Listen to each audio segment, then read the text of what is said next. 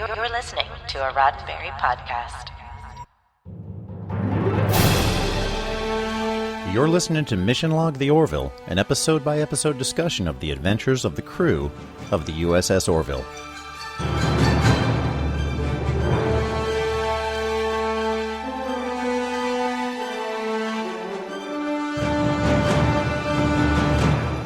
Welcome to Mission Log the Orville, a Roddenberry podcast where we follow the crew of the U.S.S. Orville and open that jar of pickles to savor the messages and morals found inside. My name is Mike Richards, podcaster, consulting producer on Mission Log, and a lifelong Star Trek fan. And I'm Jessica Lynn, Verdi, podcaster, gamer, streamer, actor, improviser, also lifelong Star Trek fan. I'm a jack of all trades and a master of most of them. This is a Roddenberry podcast, so we'll be watching each episode of The Orville, and we'll be looking for themes like optimism, diversity, inclusion, and curiosity, or some people will call it the Roddenberry Star Trek philosophy. So why is Roddenberry interested in doing a podcast on The Orville? Well, it's a really interesting hybrid of Star Trek-inspired sci-fi and comedy created by Seth MacFarlane, who, by the way, is a huge Star Trek fan. I mean, he called Star Trek a grand vision of the future. He appeared in 2 episodes of Enterprise, and he's gone on record saying that Star Trek adheres to an ethical code, even during difficult moral dilemmas. I mean, it's obvious that he gets it. And it makes sense that they would do it this way. Science fiction is the perfect medium to look at issues from a global perspective. Star Trek, the original series, combined a popular genre in the 60s, like Westerns, with sci-fi to create Wagon Train to the Stars. Now Seth MacFarlane has taken his forte, satire, and mashed it up with sci-fi to create a modern storytelling device to explore the human condition. He's not doing it alone, so let's not forget that executive producer Brandon Braga got his start on The Next Generation as an intern, and then he goes on to become a staff writer and co-producer of Next Gen.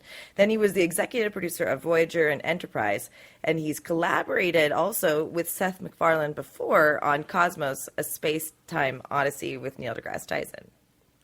Safe to say that all came together, and we're going to see a lot of Star Trek influence on the Orville. In case you're not familiar with the show, or if it's been a while since you've watched it, here's what you need to know. The U.S.S. Orville is a 25th century mid-level exploratory vessel in the Planetary Union, which you can think of as kind of a united federation of planets. Oh, interesting. Or an alliance between Earth and many other planets. What a fresh idea. We have Ed Mercer. He's played by Seth MacFarlane himself, and he's the captain of the U.S.S. Orville. And Commander Kelly Grayson, played by Adrienne Palicki. She's brilliant, she's hardworking, and she's the Orville's executive officer. Even though our relationships aren't defined by what a man is to us, she's also the ex-wife of Seth MacFarlane's character. I didn't want to define her as that. Okay, never mind. Cut that part out. Dr. Claire Finn is the chief medical officer, is played by... I felt like it was okay if I said it. Do you know what I mean? Oh, totally. Okay, Dr. Claire Finn is the chief medical officer. She's played by Penny Johnson-Gerald. She's an expert in molecular surgery, DNA engineering, and psychiatry. And like she says, she likes to go where she's needed, and we're going to need her here on the Orville for sure. And we love that she's around, from Next Gen to Deep Space Nine to 24.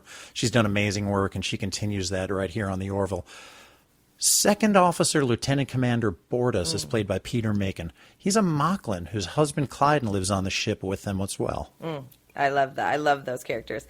Chief of Security Lieutenant Alara Katan is played by Halston Sage. She's a Zelayan, and she is super strong, but mostly because her planet has high gravity. And Lieutenant Gordon Malloy, played by Scott Rhimes, who we love for so many reasons. Great singer, great actor. Been watching him since singer. The 1990s when he was on Party of Five, way back then. I was too young for that. He's considered the best helmsman in the fleet. Sadly, he was grounded for... Well, we'll get to that later. Yeah, I'm looking forward to that. We have Navigator Lieutenant John Lamar, played by the wonderful Jay Lee. He's he's also like an amazingly skilled helmsman, and he's super smarter than he lets on. So he's got an interesting arc that we'll talk about more as well. Well, and then we have on the other end of the spectrum, Science and Engineering Officer Isaac. He's played by Mark Jackson. He's a Kaelon, an artificial, non-biological life form with, well, he's got a little bit of a superiority complex. Interesting. And then We are going to talk about Norm Macdonald, he plays Lieutenant Yaphet. He's our gelatinous engineer. Sadly, right before we started this podcast, Norm passed away in September 2021. And he was going through a private battle of leukemia for 9 years. And now, Old Wounds. Prologue. Welcome to New York City, circa 2418. Commander Ed Mercer arrives home just in time to find his wife, Kelly Grayson, with a Retepsian named Derulio.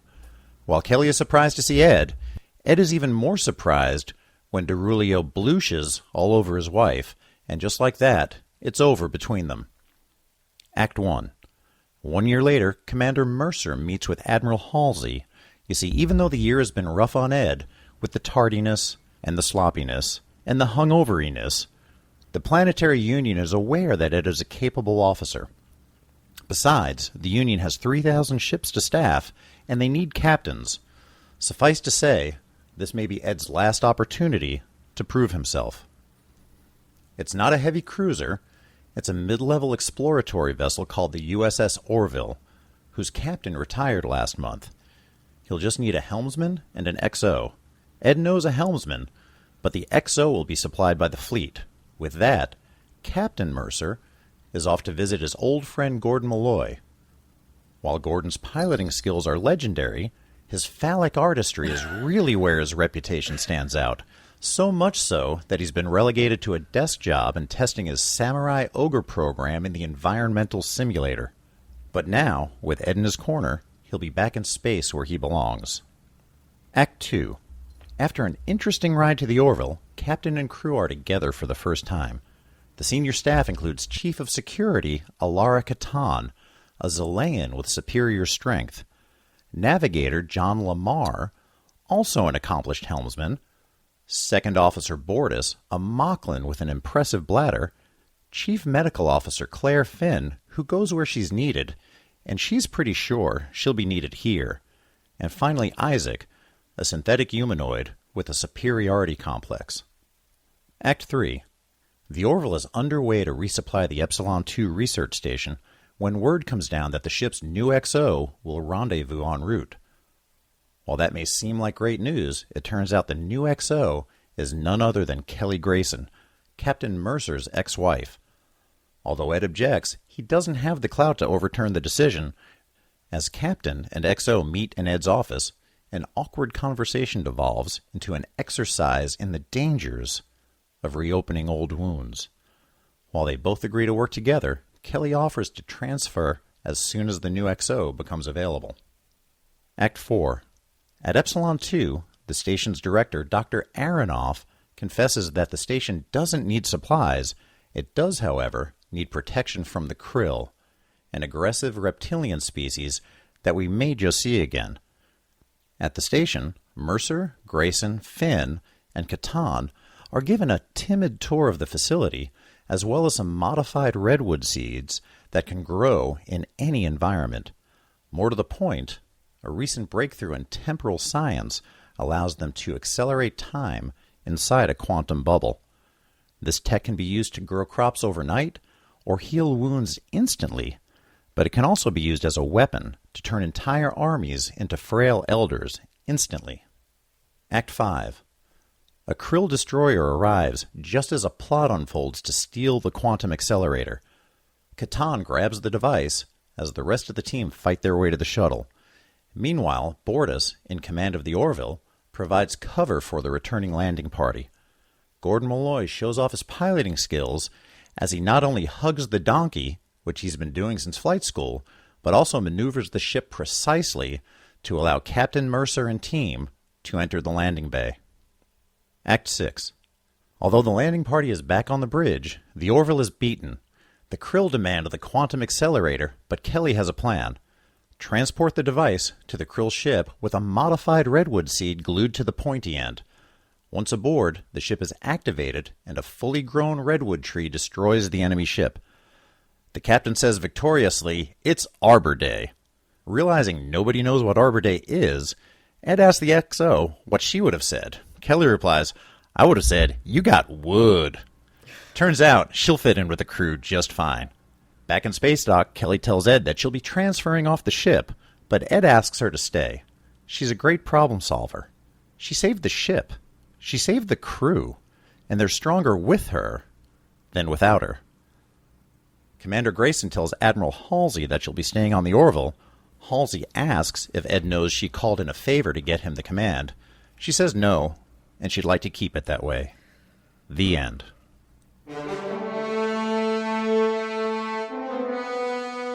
You recapped what was an excellent pilot of this show, and it's a well-written pilot for any TV show, honestly. It really was. There was great character development. You could see, even like a mini character arc inside the episode, which I loved a lot. And you know what else we got? What? We got Rob Lowe. He's got some range, doesn't he? Oh, hold on. Who do you mean by Rob Lowe? Are you? Rob Lowe was who Kelly was in bed with at the beginning of the episode. Are you flippin' kidding me? No, not even a little bit. I didn't know that. I was excited to share that Norm Macdonald is the blob that he steps through. And, we just lost Norm Macdonald, and I was so excited. I didn't know, Norm Macdonald, we didn't know he was sick and why he wasn't in so much. So I was excited to see that he had actually been somewhat busy in the last couple of years. I did not know that it was Rob Lowe. Oh, yeah. He played Derulio, and he blooshed. He blooshed. Blooshed all over the lampshade, apparently, as well. Do you know how hard it is to get it out of curtains? No kidding. Now what I find is interesting about that moment is he may have been close to blooshing, but the fact that he blooshed after being intruded upon might have spoken to a kink or two. It certainly may have. Like, he may have needed the audience. I'm not sure where. Well, and the excitement of being caught, and that's. I think there was some sort of thing. Wow, you just blew my mind already. Oh, hold on. You just blooshed my mind. Blooshed your mind. Okay, we may have just found the title for this episode. She doesn't look bluish. So how about the ogre, huh? Poor Justin. So Gordon, he is just busy it's basically a holodeck program fighting an ogre he created.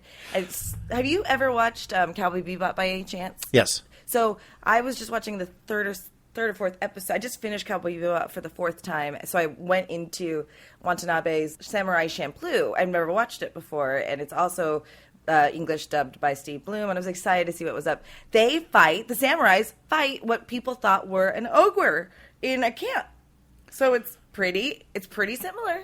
Man, there's a lot of outside influence that you can see in there, and I'm sure that definitely might have been one. Also, we chatted about Grayson, Kelly Grayson.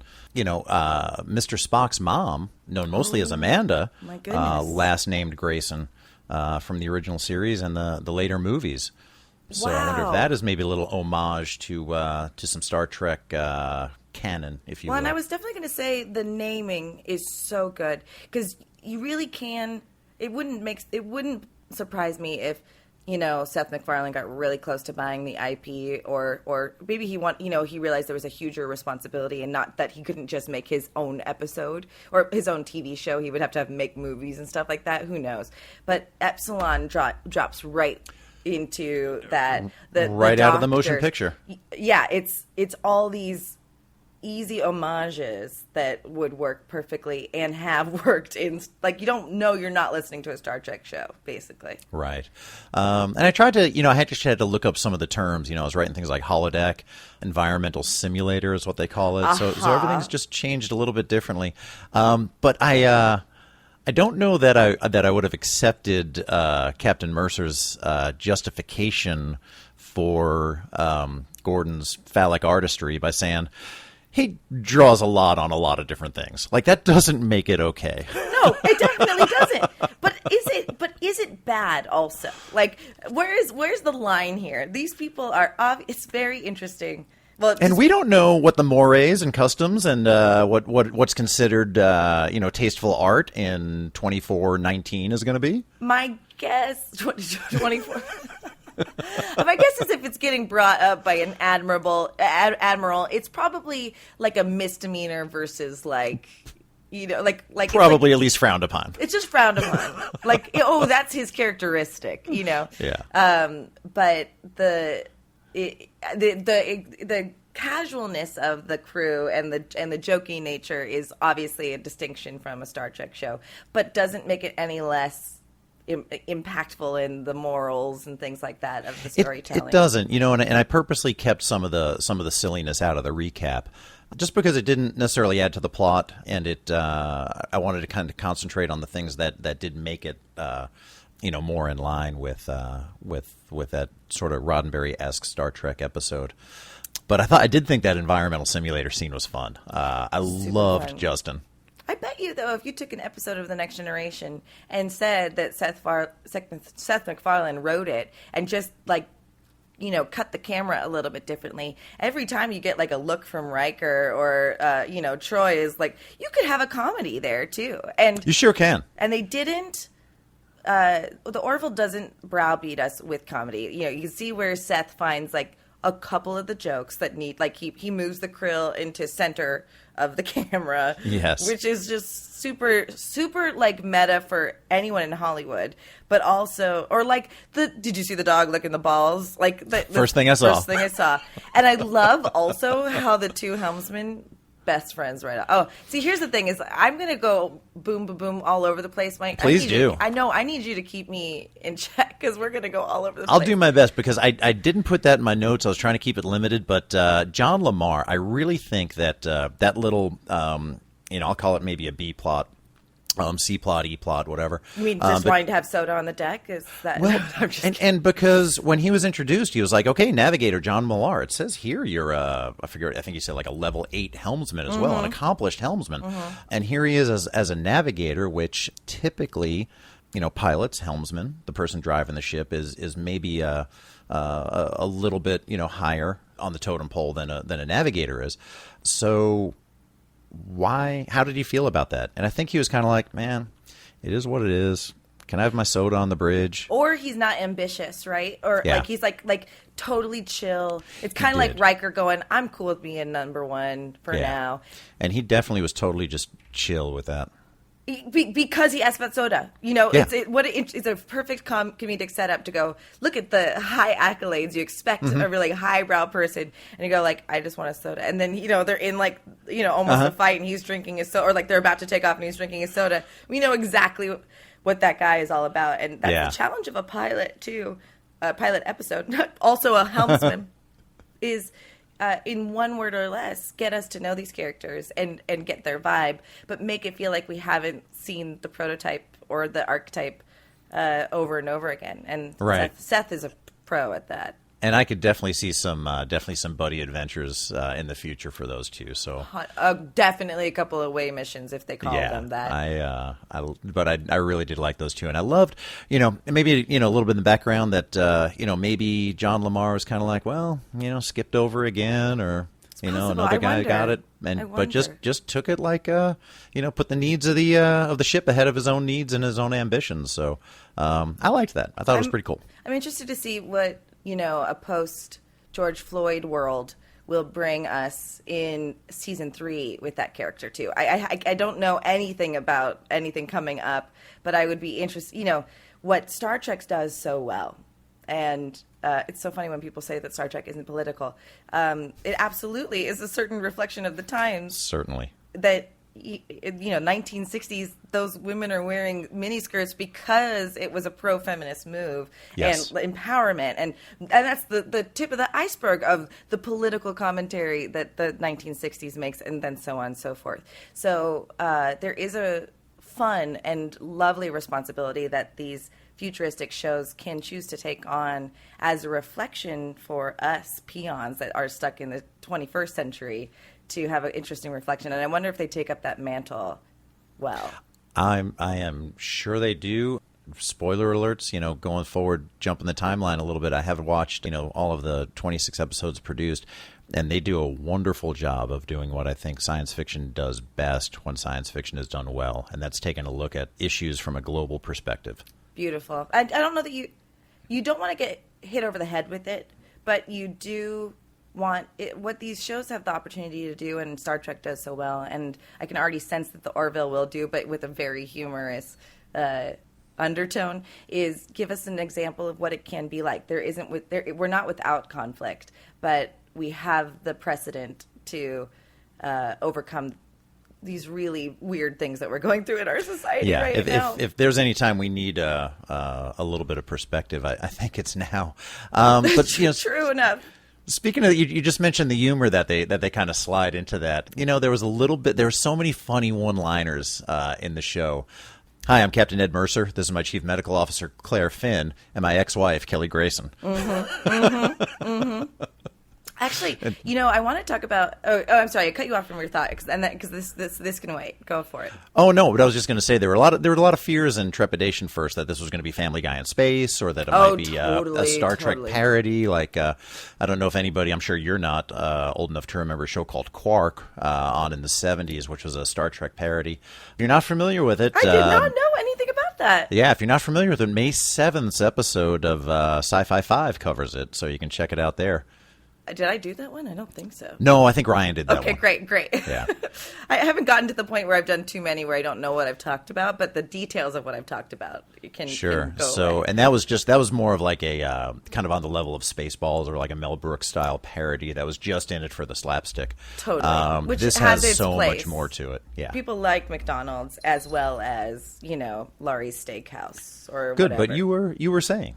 So, I think as a good umbrella for this whole recap and what we're talking about is, again, we don't want to feel like it's parody of any Star Trek, but you have all of the major character needs met in his team. You have the android who plays both the Spock kind of character or the Data character. You have the young, security officer who's excited, who's kind of like your Chekhov, maybe your Wesley Crusher, but a certain, more respected than that. Mm-hmm. You have the doctor who is 100% going to be the Bones.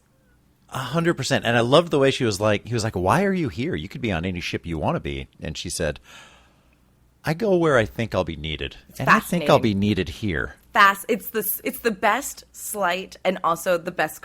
She's a total badass, and what you can see why she was cast. She delivered that with the perfect blend of arrogance and confidence, and just played wonderful. And you said it perfectly here that, and I hadn't considered it, that Amanda Grayson is what we would have gotten out of Majel's character in the pilot, The Cage, if we had gotten to see more of that number one carry on. I really feel like that is, maybe her character was informed by that, or just maybe as a strong, no-nonsense female first officer that they've kind of got the same character DNA running through the two of them. So I made that connection, and we'll get to see new things, hopefully in Strange New Worlds. Yes, and I'm excited for that. I love that didn't have to go away, right? That she didn't have to just be relegated to the nurse or the voice of the computer. I don't know if you heard, when we first heard the computer's voice, it's had a very Majel sounding voice to it. That being said, to your point with having to change environment simulator, the things like that, I couldn't help but listen to the swiping of the doors or what their warp sounded like. I bet you sound design had just a challenge trying to not make it sound like a door sound. Trying to make it sound 25% different at least. Yes, 100%. But still knowing what you were doing.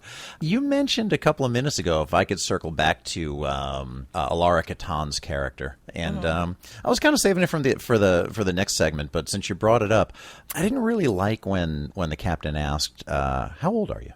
Yeah. Should not make a difference. She is the chief security officer.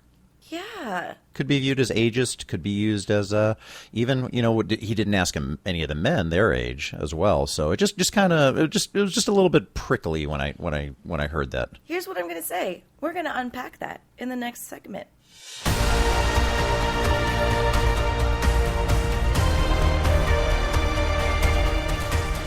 Well, welcome back to segment 2.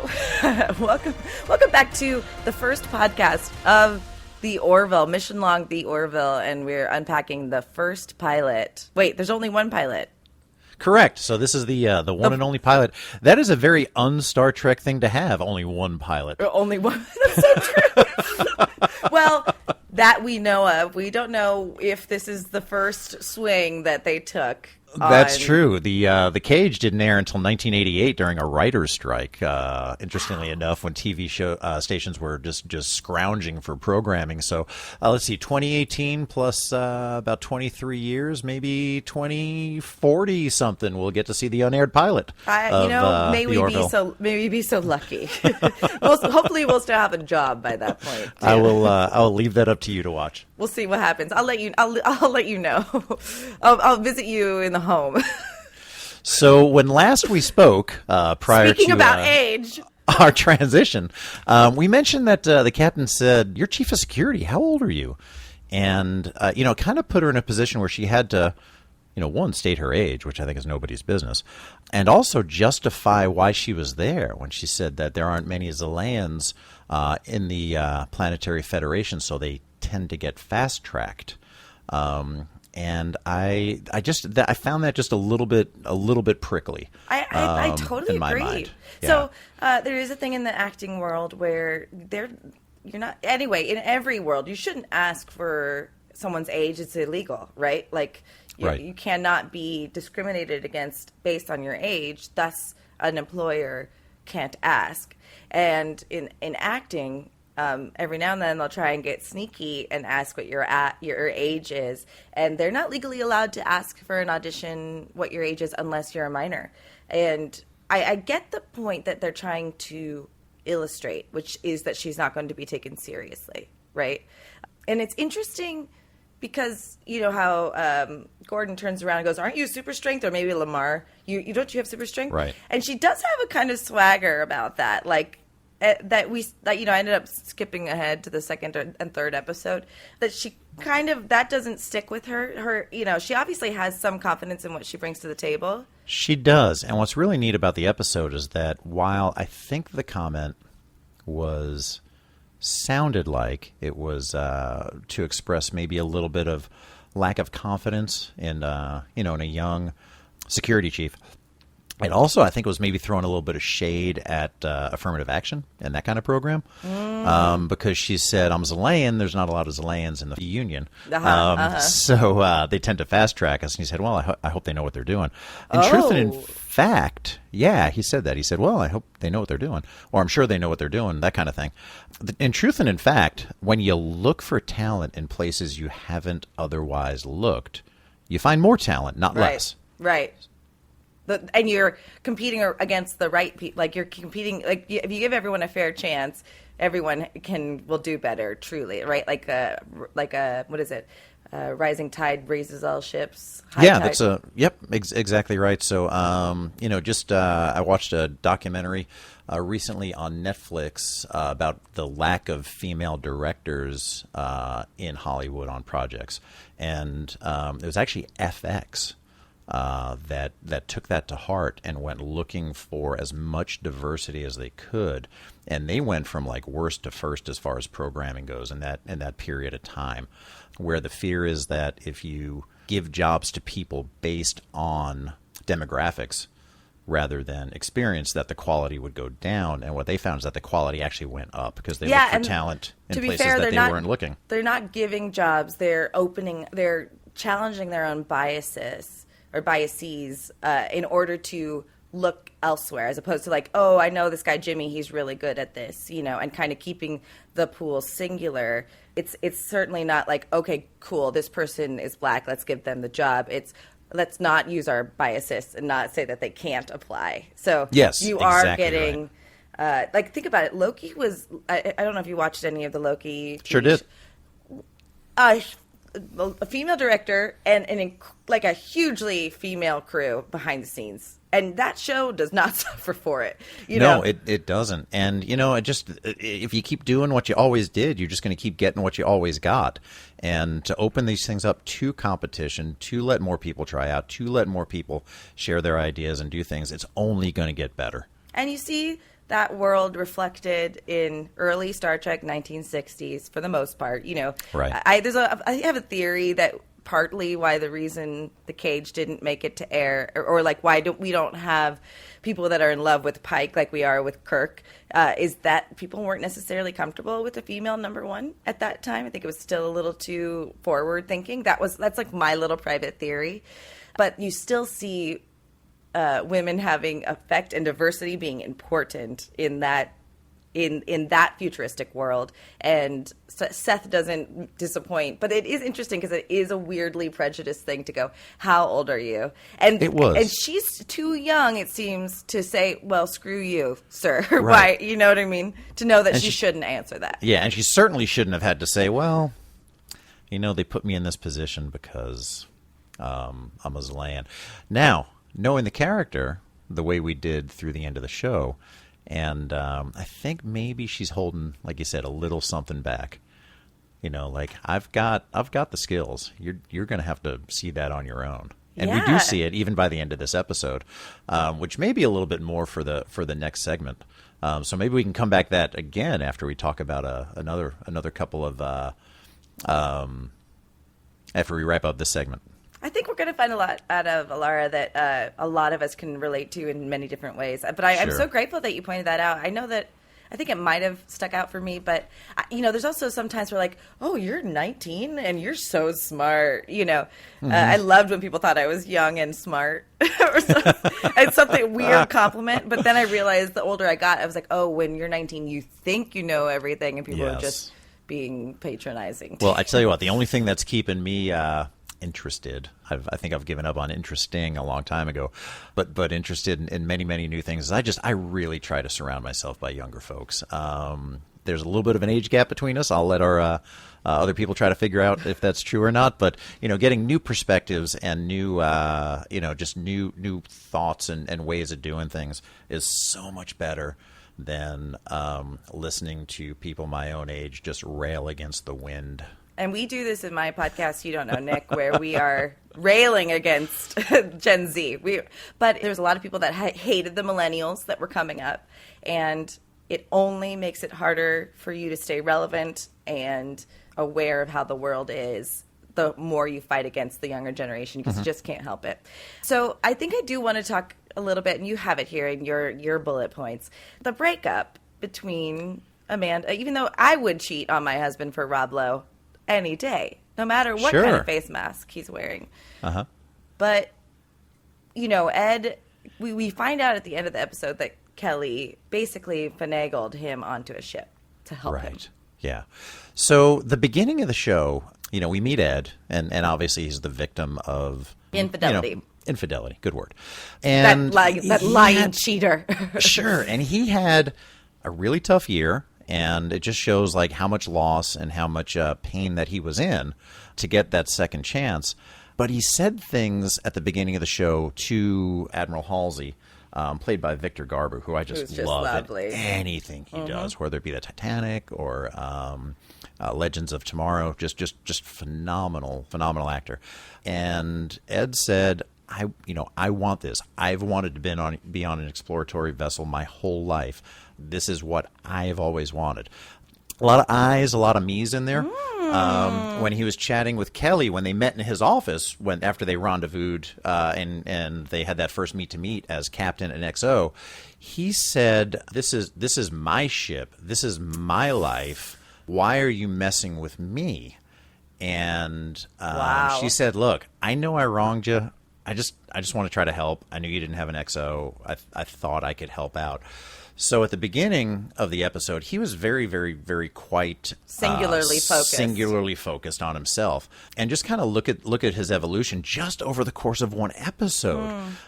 So now he's able to put that aside and take advantage of the fact that Kelly is there to help and use her suggestion to transport the redwood seed over to the Krill ship and save that. If it was truly him just sort of competing with her and trying to be more concerned with being right than doing what's right, then he would have just not taken her advice.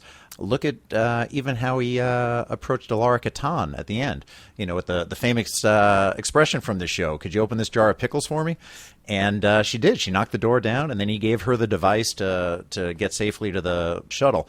So now he's gaining respect for the rest of his crew and learning to trust them and think bigger picture than just himself. So I love to see that evolution in Captain Mercer just in that short amount of time. And I don't know that we've seen an example of that in Star Trek, too. We usually drop into a show. I mean, maybe we see that in, J.J. Abrams' line The of Kelvinverse? canon. Yes, where he's super confident about himself and singularly focused and has to learn how to also lead. But most of the shows that we watch for Star Trek drop into a very competent captain who loves their crew. So it is an interesting...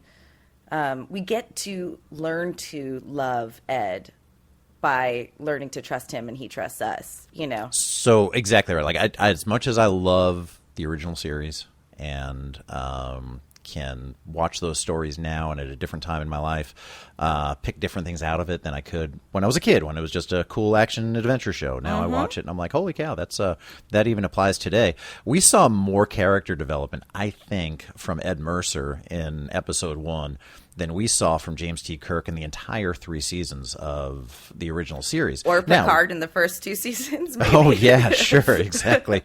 Not throwing shade at either of those two, because we did learn a lot more about Kirk's background, love life, totally. offspring in the movies and later on. But from episode to episode to episode, sometimes he was tired, sometimes he was grumpy, sometimes he was short-tempered, sometimes he was suave, sometimes he was debonair. But there was never anything that really went from one episode to the next to the next. And just that from the beginning where Captain Mercer was just thinking about himself and how things would affect him, by the end he was thinking about how it would affect the ship. And I love that. I love that perspective. I have one question, though, because I don't know that Kelly is in the right to say, you weren't there and I found my comfort in the arms of another. Whatever. She can have that. That's the hill she can die on.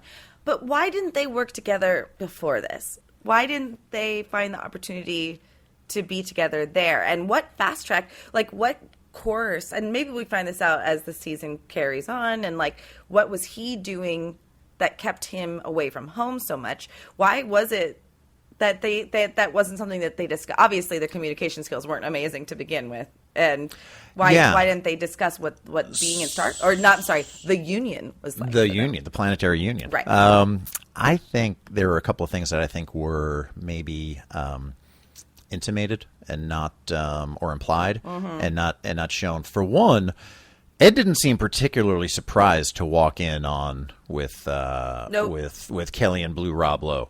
It was just sort of like, all right, this is it. I'm not doing this again. It appeared also from the conversation that Ed had with Admiral Halsey that he was a quite promising, young officer in the Union, so that at that point, prior to the divorce, maybe he was just working all the time and really trying to climb that ladder. So those are kind of the two things that I did put together there, because that's what made it sort of hard. His flippancy about catching her in bed, but then learning he had a really hard year. I know that we all process grief differently, right? But that's someone who shows their emotions, especially probably because it's not easy for Seth MacFarlane to show his emotions on his face in general, and I mean that with all due respect. He's a stoic-ish person. Sure. So I find it interesting. It makes sense that in his behavioral patterns, he's not handling himself well. But how has he rebounded? Has he actually rebounded? No. Yeah. Okay. No, he has not. It was, he said, I did a lot of work to put this behind me, or I thought he didn't put anything behind him. He was, like I said, he had a very tough year. I think he maybe tried to compartmentalize things and forget about it, but I don't think he dealt with it head on. Which is so irresponsible to put this man as a captain in space. If that, that's what will do it. Let's let him work out his trauma in space. That sounds great. And let's put us in a literal room that we can't leave. They cannot leave. Oh And he even said, like, obviously you're not a first choice, but we have 3,000 ships and we need captains. So, no, I don't think he successfully worked on anything that year. I do think that Kelly may have. I mean, she was able to show up and be very vulnerable and be like, look, this is the thing that I am most sorry for in my life. Yeah, if I could take it back, I would. So, having said that, it does sound like it was sort of a one and only one-off occurrence. Now that put in that perspective, they definitely fought a lot. You can there was definitely a lot of, and we'll unpack that, I'm sure, as the season goes on. And the question that I have for myself as we do watch as I get to see the show for the first time, I wonder why Kelly isn't an officer, why she isn't a captain. I wonder what is holding, unless it doesn't interest her. She certainly has the capabilities. So she certainly does. Just maybe an experience level. It may be. It very well could be. I'm just curious to see. He may be in longer. She certainly seems competent, and capable of doing it. But maybe just holding off for a little while. Maybe holding off to kind of try to, like she said, atone for something she's sorry about, even if she's sort of doing it from behind the curtain. And I think that's. I look forward to admirable. seeing, hopefully, a motivation to her own life story as opposed to just getting Ed's forgiveness. I look forward to, I imagine that will happen. It's a perfect way to get a pilot kicked off, is have a woman be motivated by a man. And let's see how that evolves. I'm looking forward to that. Yeah, it does. So what do you think we learned from this episode? Wow. That, yeah.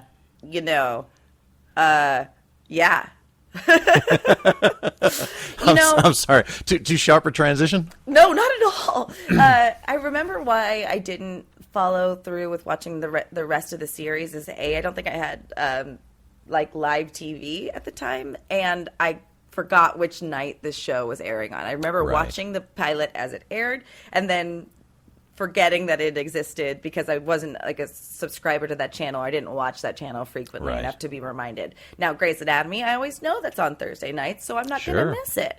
But season 326 premiered last night. Was it last night? Yeah. I missed it. So I'm a liar, I guess. I'll go back on Hulu and watch it. But I can't wait to watch it. It wasn't for lack of enjoying it. To say the least. Every expectation of, is this just going to be Family Guy? Is this just going to be Seth MacFarlane wishing it was Ted?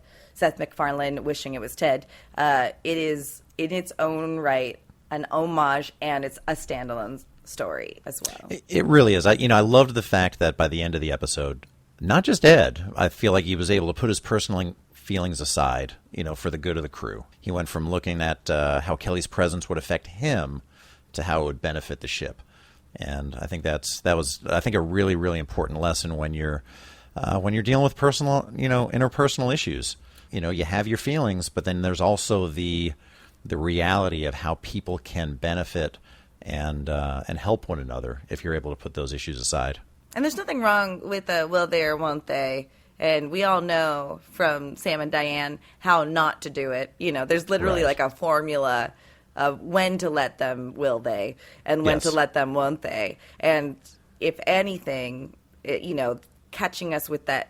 At first, you may not know why they like each other or did like each other, and by the end of this episode, you know why they did, and we like her too. We don't hate her for being a cheater. No, I love Adrienne Palicki in the show. I really do. I think she's got a great ability to deliver a good one-liner. Which zingers. He cast for that. He needed someone to not be funnier than him, but be. If people who don't know what that bell is, it's my cat who's sitting right in front of me, or maybe someone's trying to call me home for dinner. She was a great sidekick to how Seth MacFarlane writes and acts.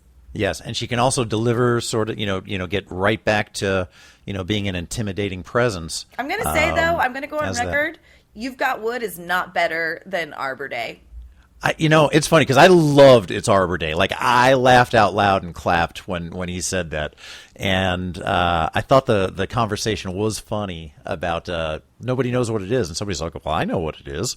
And he goes, well, what would you have said? I think it was the android. I do. I think it was too, because he knows everything. He's Android. He's exactly. Well, I know what it is.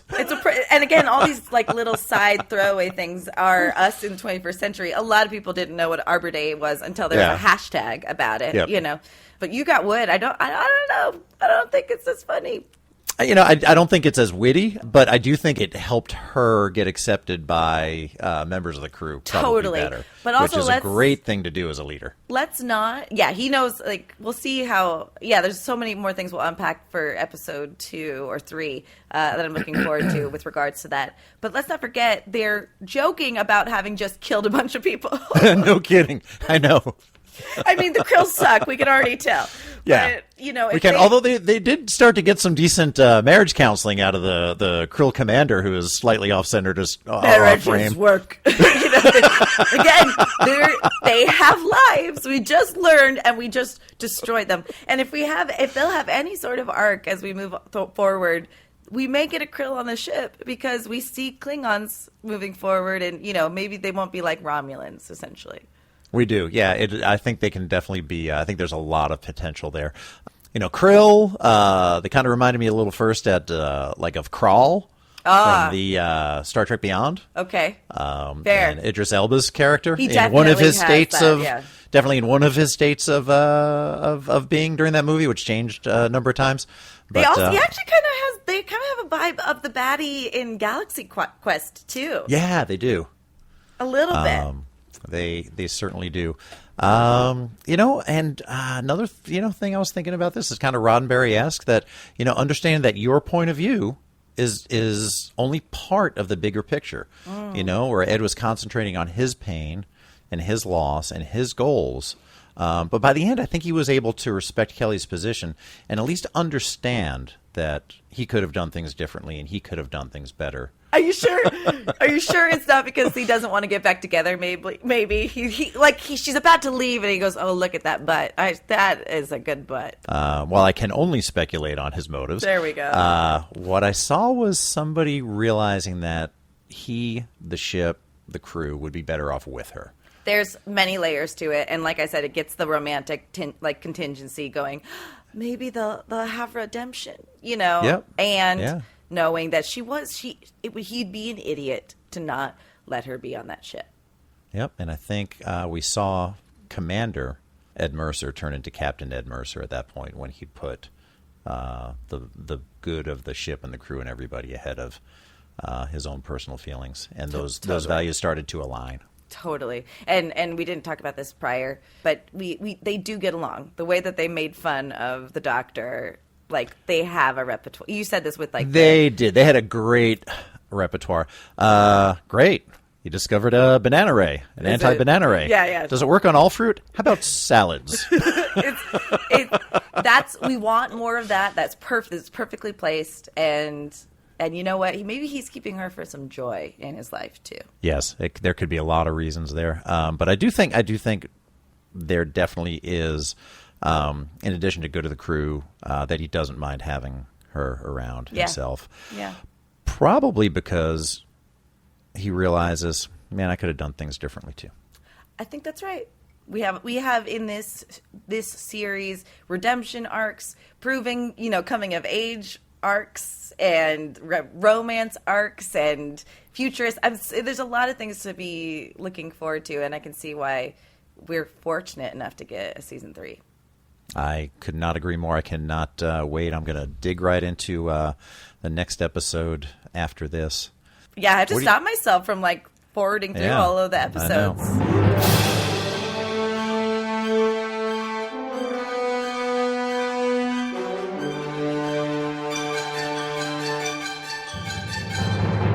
Well, I love your perspective, Mike. I'm looking forward to unpacking this with you every week, if not bi-weekly, depending on how many episodes we need to do in a week to catch up to the premiere of the season 3 episode. I could not be happier with how today went. Really, really enjoyed working with you. And the plan is for anybody listening that we'll drop an episode, at least one episode a week from now until season 3 of the Orville premieres on March 10th.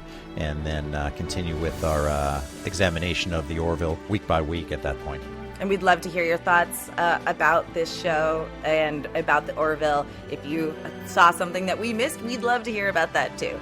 Mission Log, The Orville, is produced by Roddenberry Entertainment. Executive producer, Rod Roddenberry.